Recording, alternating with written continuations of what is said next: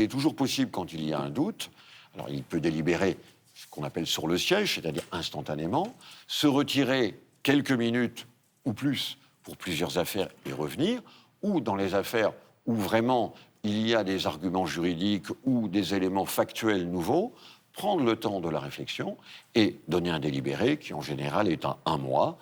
Et à ce moment-là, les parties reviennent pour prendre connaissance de la décision que le juge doit expliciter, comme ça a été fait, c'est-à-dire donner exactement les raisons de la condamnation, du principe de la condamnation, et après, les raisons du choix de la peine et ses modalités.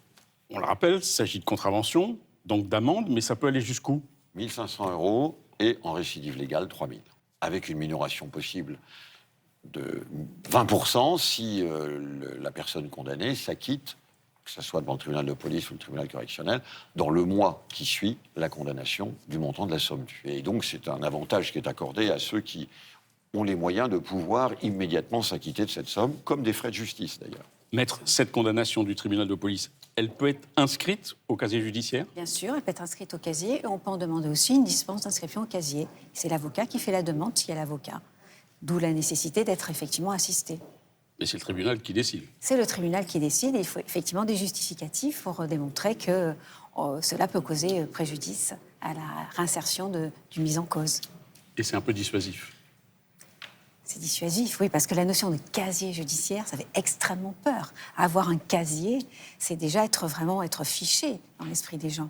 On ne sait pas qu'il y a 3 parties au casier judiciaire. Donc une partie qui est communiquée effectivement à l'institution judiciaire exclusivement, une partie qui est également communiquée à l'administration et une partie qui est communiquée à l'employeur. Donc cette ventilation fait qu'on arrive finalement à protéger les gens des condamnations les moins graves. Mais on peut aussi en demander une exclusion si la personne notamment est fonctionnaire ou doit avoir un casier judiciaire complètement vierge.